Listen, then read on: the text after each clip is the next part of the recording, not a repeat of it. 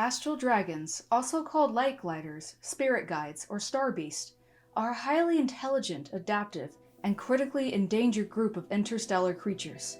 This species is believed to be older than the universe itself, and are well known for carrying the departed souls of the dead across the cosmos to their next life.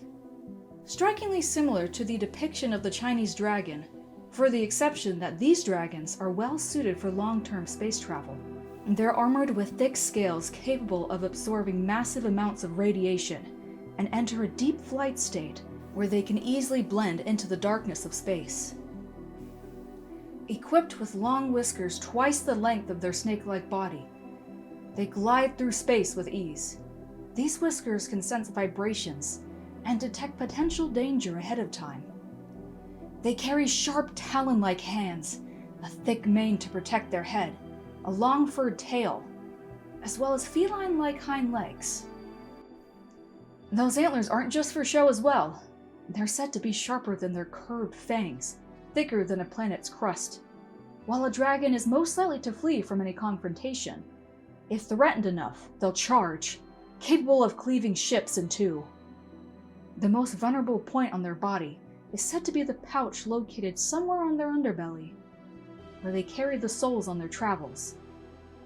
They also have furred, heavy brows with long eyelashes, and a unique third lid that can protect their eyes from deadly debris. Among what makes the Astral so distinguished is their sheer size. A young dragon can grow to the size of a small moon, to a rumored titanically sized godlike beast, said to have grown bigger than a star. This particular star-sized beast was said to carry an entire civilization on their back, after that civilization's world was swallowed by a supermassive black hole. What's amazing is that they're capable of controlling their size, able to shrink themselves down to roughly about the size of a large elephant. Some are said to have the ability to shapeshift. These dragons have no gender and lack any reproductive organs.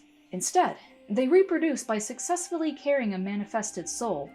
That is, a soul who is fully conscious and remains a ghost-like appearance of their former self. Most souls are unconscious and remain a white orb in appearance. This manifested soul is later reborn as a dragon, but how they're reborn is unlike any species I've come across. I'll give an example here. Remember Earth, the old world? Well, back during its prime. Let's say the Astral carried their manifested soul to this world. The soul wouldn't directly awake in their new life as a baby hatchling. Instead, the soul would be human at first, and live out some years amongst its new civilization as a human. The soul will be drawn to the stars, feeling a strange sense of longing that can never be understood from a normal human. The soul will want nothing more than to leave its home planet, and will do everything in its power to feel closer to the stars. And then, at one point, the soul undergoes what's called an awakening. The soul takes its true form as an astral dragon, leaving their home world behind and setting off on a never-ending journey. This process of awakening can occur at any point as the soul lives its life as a human, the youngest being the age of 12, to the oldest awakening recorded, believed to be the age of 87. Whenever a dragon is able to awaken as their true self, it can cause a massive disturbance on their home planet. Hurricanes, eruptions, tsunamis, some of which have been catastrophic to its birth civilization. It's not known at all as to why dragon-born souls are like this. This process has been studied by researchers thousands of years before me, and still we are so far from understanding it. Perhaps this is only something for dragons to understand. I guess you could add that to the mystery of life itself. Switching back to the anatomy of these great beasts, there are 5 main colors of dragons, each of which are influenced by the color of stars. Whites are the smallest and most common. Yellow are also common and docile, most likely to make contact with other species. Orange are less frequent, very fast and elusive. Reds are very rare and the most hostile.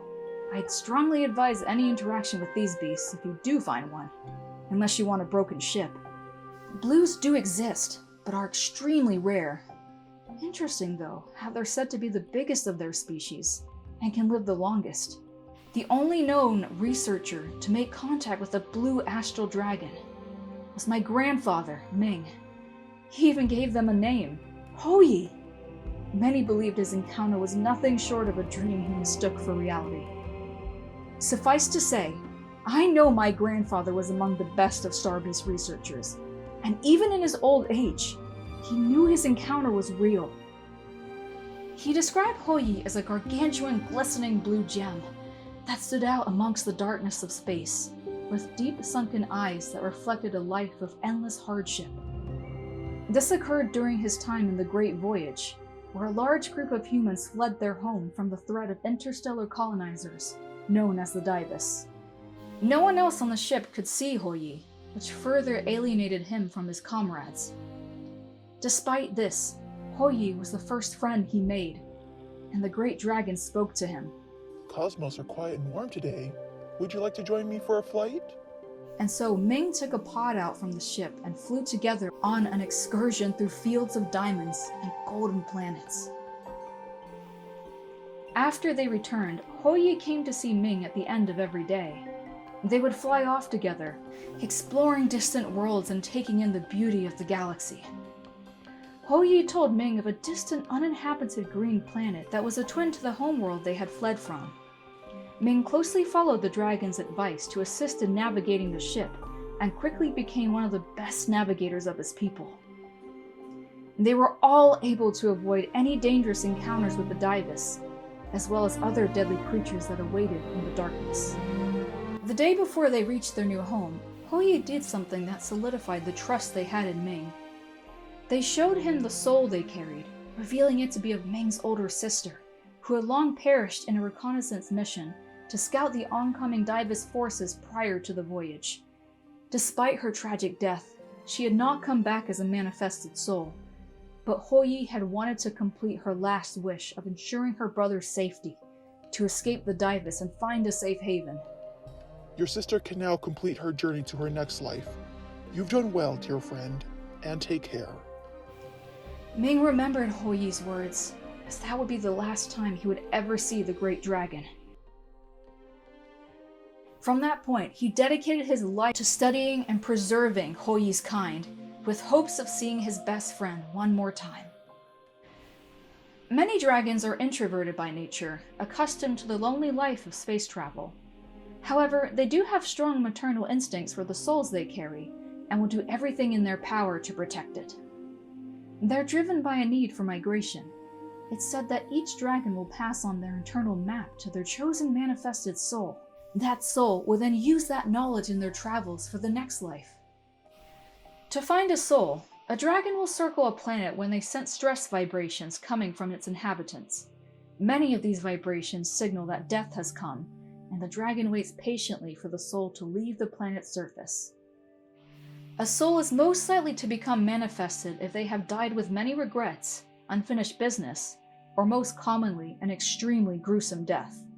If the dragon finds a manifested soul, they approach it carefully by shrinking themselves down to a smaller size and lowering their head in submission. The dragon may lightly fluff themselves up, not to intimidate, but to appear cute, in order to appeal to the soul and gain its trust, as well as quickly establish a bond that will make the journey easier. The safety of the soul is the utmost importance in any dragon's life, but they can establish bonds with other civilizations if needed. A symbiotic relationship can occur with many civilizations, as long as that civilization means no harm to the dragon, and especially the soul. These dragons carry with them various crystals and treasures found across abandoned worlds, an extensive knowledge of the universe widely sought after in this era of interstellar travel. In exchange, the bonded civilization gives the dragon shelter, substances. A dragon gets most of their energy from radiation, but may eat fish-like and carnivorous plant-like creatures, and a safe haven to rest in preparation for the next leg of the journey. They have a big affinity for planets containing water, and can heal themselves faster whilst resting in it.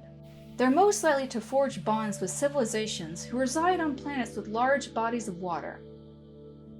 Their residing on a planet has an interesting effect on the weather, often bringing heavy rains that can make crops grow to an enormous amount. But a dragon's first bond, after they have first awakened and can leave the solar system of their homeworld, is with the star closest to their birth planet. This so-called mother star determines the dragon's color, and it's said that the dragon can communicate with their mother star, even from light years away. But even for the Astral Dragon, the dangers of space travel are all too real. That's not even including solar storms, supernovas, or deadly planets. There are creatures out there, hidden amongst false stars, that actively hunt these dragons to consume the souls they carry, to provide them with limitless amounts of energy. The Soul Eater is a creature of mass catastrophe.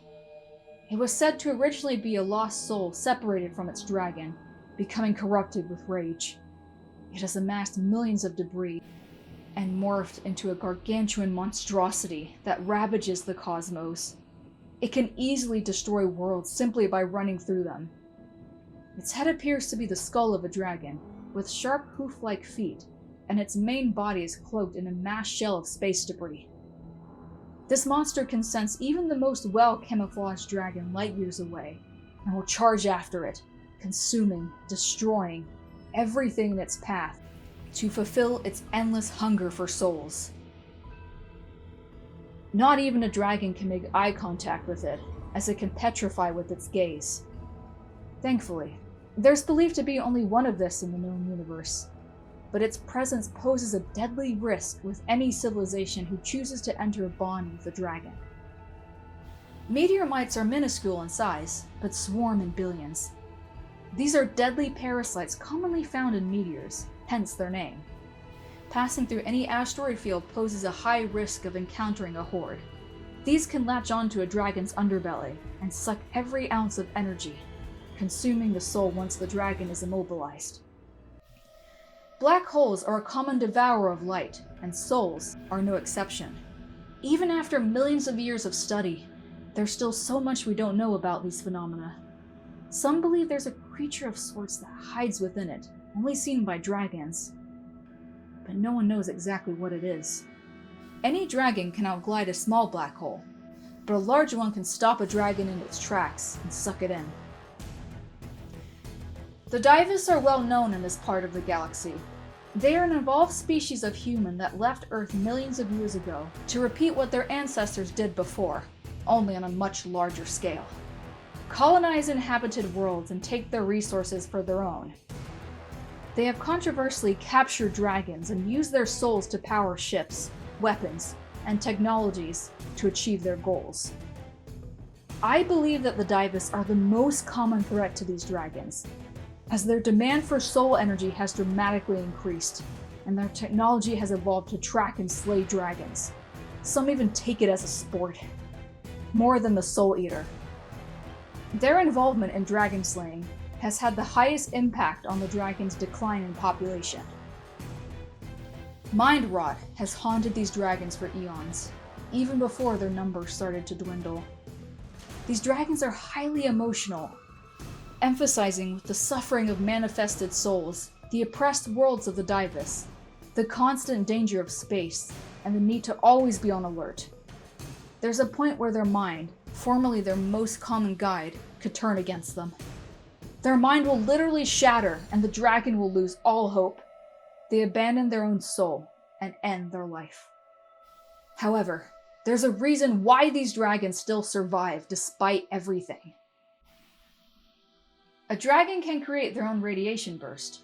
They release all the radiation at once from their scales, obliterating anything in its proximity, similar to a star's gamma ray burst. But they can suffer a backlash, as this takes an extreme amount of energy. When a dragon reveals their full size, this can draw unwanted attention. This does give them their full strength as well. They can hurl meteors at their pursuers, wrap themselves around and crush to death persistent ships and creatures. Most notably, if the dragon is in any proximity to their mother star, or a star of the same color, they can summon the star's solar flare and hurl it at their enemies. However powerful as this ability may be, its backlash can be devastating. This completely drains the dragon of all their energy, and they will be unable to move, leaving themselves and their soul exposed to any lurking danger. It's been over 1,000 years since a dragon was sighted in our part of the cosmos. But yet, we must always persist in finding ways to help these magnificent beasts, for the universe may have been entirely devoid of life without them. All of this begins with the vital role of education, so I must thank you, dear listener, for taking the time to hear this extensive list created from the research notes of my grandfather. Now, if you'll excuse me, I'll be signing off now. It's been a while since I've seen the stars. I miss them so much.